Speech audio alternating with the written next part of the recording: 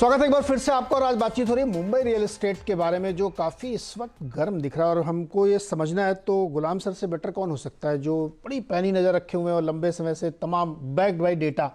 गुलाम जी से एक बड़ा सवाल ये है कि मुंबई में जिस तरह से अब इंफ्रास्ट्रक्चर डेवलपमेंट हो रहा है, जैसे ट्रांस हार्बर लिंक बन रहा है, कोस्टल रोड बन रही है, बहुत सारी मेट्रोज़ हैं जो अगले 2-3 सालों में बहुत सारी चीज़ें ऑन ग्राउंड होंगी और ऑनलाइन यूज़र के लिए अवेलेबल होंगी। क्या ऐसे में आपको लगता है कि प्राइस में थोड़ा सा प्रेशर आएगा जो अभी बहुत ज़्यादा है, और इक्वलाइज होगा? अदर आप ये कहिए कि अलग अलग इलाकों के जो बहुत अप्स एंड डाउन्स प्राइसेस हैं वो थोड़ा इक्वलाइज होते हुए दिखेंगे, इस वजह से भी बिल्डर जल्दी जल्दी बेचे ले रहे हैं कि अभी बेच लो, बाद में तो शायद प्राइस प्रेशर है। ऐसा लगता है आपको? ये जो दूसरा पहलू आपने कहा उसके मैं बाद में नजर डालूंगा, लेकिन पहली चीज इंफ्रास्ट्रक्चर और रियल एस्टेट का जो संबंध है वो बहुत गहरा है। अगर हम इसको थोड़ा सा विस्तार में अगर इस पर डिस्कशन आप मुझे अगर इजाजत दें तो मैं आपके सामने कुछ दो एक केसेस रखना चाहूंगा। एक एक एक अहमदाबाद है, दूसरा हैदराबाद है। ये दो शहर ऐसे हैं जहां पर इंफ्रास्ट्रक्चर इतना फ्यूचर के लिए तैयार हुआ कि वहां पर प्रॉपर्टी प्राइसेस कभी बढ़ ही नहीं पाए। और दूसरी तरफ अगर आप मुंबई और दिल्ली की भी तुलना कर लें, दिल्ली में पिछले तकरीबन 8-10 सालों में इतने सारे मेट्रो तैयार हुए हैं, सुपर एक्सप्रेसवेज बन रहे हैं, एक्सप्रेस हाई स्पीड रेल तैयार है मीरठ दिल्ली के दरमियान। तो ये सारी ऐसी चीजें हैं जिन्होंने दिल्ली जैसे शहर को भी एक तरह से रियल एस्टेट के प्राइसेस को उभरने से बांध रखा है। मुंबई एक वाहिद शहर है। सबसे पहले तो ज्योग्राफिकली इसके साथ मसला है कि ये एक आइलैंड सिटी है, मतलब पानी से घिरा हुआ है। तो यहाँ पर इंफ्रास्ट्रक्चर बहुत फ्रीली बनना थोड़ा कठिन है। लेकिन इसके बावजूद जो हमने पिछले कई दहाइयों से, पिछले कई सालों से इंफ्रास्ट्रक्चर को इग्नोर कर रखा है, मेरे विचार में यही एक अकेला कारण है जिसकी वजह से ये जो रियल एस्टेट प्राइसेस आज यहाँ खड़े हैं।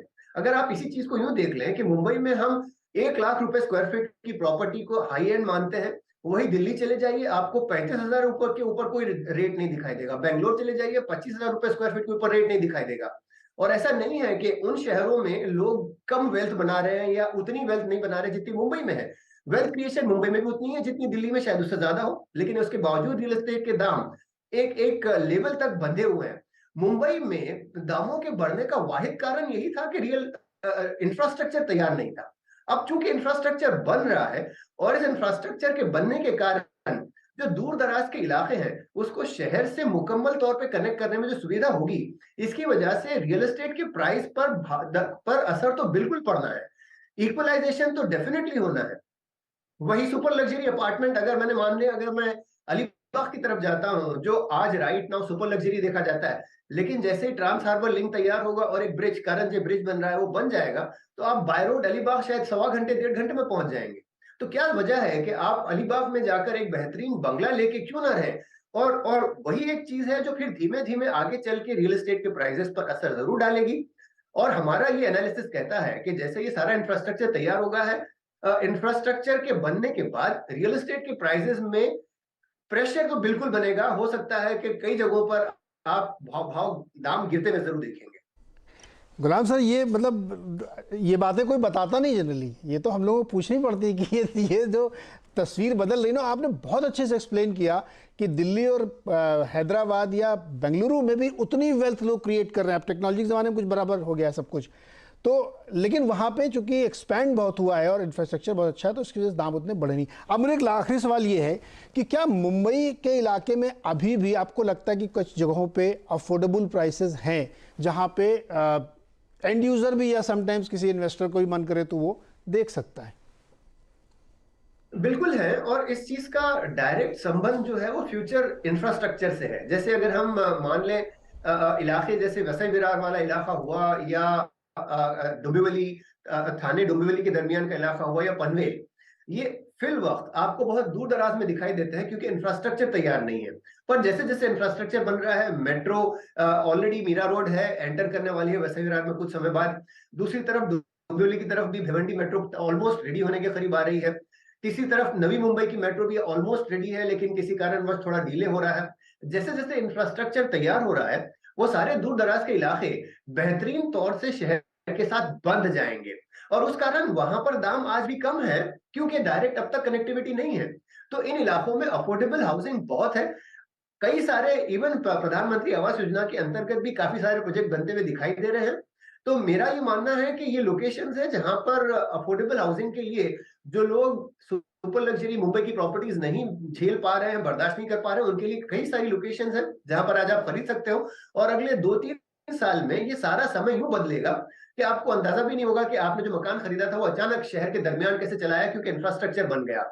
और यही चीज जो हम पिछले 25 साल से रियल एस्टेट बेची जाती है, हर डेवलपर यही कहता है कि नया रोड बन रहा है तो भाव बढ़ेगा वगैरह, आज ये पहली बार हमारी नजरों के सामने मुकम्मल होता हुआ दिख रहा है। तो ये वो वक्त है कि जहां आज आपको डेवलपर से ज्यादा जो कुछ आसपास जो सारे इंफ्रास्ट्रक्चर की एक्टिविटीज हो रही हैं, उनको देखते हुए आपको कन्विक्शन, आपको भरोसा, वो इत्मीनान होना चाहिए कि आप जो मकान खरीद रहे हो फिर वक्त अफोर्डेबल है और चंद वक्तों के बाद वो बिल्कुल शहर का एक हिस्सा बन जाएगा। तो अब वो ये भी नहीं कहेंगे कि यहाँ पे इंफ्रास्ट्रक्चर डेवलप होगा, ऐसा भविष्य की तस्वीर बनेगी तो बहुत दाम बढ़ेंगे। अब वो कहेंगे नॉर्मल रहेंगे तो आप ले लीजिए दाम। गुलाम सर, सॉरी, आपने मुझसे सवाल किया। हाँ, अब बिल्डर ये नहीं कहेगा कि यहाँ भविष्य में ऐसा हो जाएगा तो अभी ले लो, नहीं तो 4 गुना दाम हो जाएगा। अब कहेगा नहीं, वो भी बनेगा और दाम ऐसे ही रहेंगे, नॉर्मली बिल्कुल रहेंगे। सही कहा। ऐसे ऐसे फॉर एग्जांपल एक प्रधानमंत्री आवास योजना के अंतर्गत वसई विरार के इलाके में एक बहुत ही बड़ा प्रोजेक्ट तैयार हो रहा है। यस। और मेरा मानना है कि इस किस्म के और प्रोजेक्ट जो हैं वो अफोर्डेबिलिटी को बरकरार रखेंगे और इंफ्रास्ट्रक्चर मुकम्मल होने के बाद जो लोग वहां पर रह रहे हैं उनके खुशियों का कोई ठिकाना ना होगा। बिल्कुल। और मेरी जानकारी के हिसाब से भी विरार मुंबई साइड में एक बहुत बड़ा प्रोजेक्ट लाने की तैयारी है जो पीएम स्कीम का होगा। और जो ये चर्चा का मकसद ये था कि इस समय क्या प्रॉपर्टी के प्राइसेस ज़रूरत से ज़्यादा बढ़ गए हैं, उसका जवाब हमने लिया गुलाम सर से। और दूसरा ये कि जो इंफ्रास्ट्रक्चर डेवलप होगा, जो सबसे बड़ी चीज़ मुझे दिख रही होने वाली, कि प्राइस में एक इक्वलाइजेशन होगा। जो अभी आप 1 लाख स्क्वायर फीट और थोड़ा 15 किलोमीटर आगे सबर्ब में गए तो वहाँ पे 25,000 रुपये स्क्वायर, ये इतना डिफरेंस जो है ये कम होगा। तो और आपके लिए कम्यूटिंग अगर ईजी हो गई तो फिर ये फ़र्क नहीं पड़ता कि आप अंधेरी में मलाड में रहते हैं या लोअर परेल में रहते हैं। बहुत बहुत शुक्रिया गुलाम सर हमारे साथ जुड़ने के लिए और इतना एनालिसिस और एनलाइट करने के लिए हमारे दर्शकों को बहुत बहुत शुक्रिया।